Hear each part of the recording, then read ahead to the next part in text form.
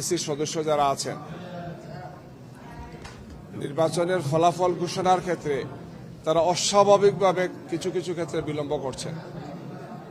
আমাদের শীর্ষ নেতৃবৃন্দের আসনগুলোতে আমরা এজেন্ট যারা ছিলেন সেই সমস্ত এজেন্টদের কাছ থেকে আমরা যে সিটটা পেয়েছি সেই সিট অনুযায়ী এটা 8টা থেকে 9টার মধ্যেই রেজাল্ট বা তার ফলাফল ঘোষণা করার কথা, কিন্তু সেটা এখনো হয় নাই। কোনো কোনো আসনে এটা হয়েছে যে আসনে যে সিটে স্বাক্ষর দিয়েছেন প্রথম সেখানকার রিটার্নিং অফিসার বা তার কর্মকর্তারা কিছু সময় পরে সেটা চেঞ্জ করেছেন। ঢাকা 17 আসনে এই ধরনের ঘটনা ঘটেছে। কমপক্ষে 8টি সিটে এই ধরনের তারা পরিবর্তন করেছেন, ওভাররাইটিং করেছেন। কেন চেঞ্জ করেছেন? বলেছেন যে একটু ভুল হয়ে গেছে, এটা সংশোধন করতে হবে। বিভিন্ন সেন্টারগুলোর যে রেজাল্ট শিট সেটা যোগ করে যেটা দাঁড়িয়েছিল এটা কাটাকাটির আগে ওভাররাইটিং এর আগে যেটা তার ওভাররাইটিং করেছেন সেখানে 5000 ভোট কমানো হয়েছে। একটি বিশেষ দলের প্রধানকে সুবিধা দেওয়ার জন্য আমরা মনে করি এই কাজটি করা হয়েছে। আমাদের যারা সেখানে ছিলেন এজেন্ট তাদের কোনো কথা বলতে দেওয়া হয়নি। তারা ইতিমধ্যে প্রেস কনফারেন্স করেছেন, প্রেসের সাথে কথা বলেছেন। আমরা বলেছি যে আপনারা এই ব্যাপারে পদক্ষেপ গ্রহণ করুন। ঢাকার প্রায় সবগুলো আসনে আমাদের যারা আছেন অর্থাৎ জামাত ইসলামী এবং আমাদের 11 দলীয় নির্বাচনী ঐক্যের সবার রেজাল্টটা দিতে এই ধরনের গড়িমসি করা হচ্ছে।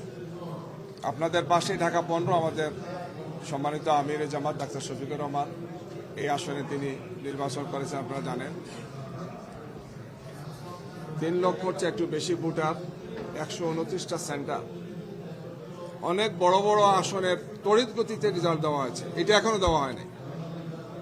ইতিমধ্যে আরেক প্রার্থী বলছেন যে তিনি পাশ করেছেন, যেখানে কমপক্ষে 20,000-এর চেয়ে বেশি ভোটে আমরা এগিয়ে আছি।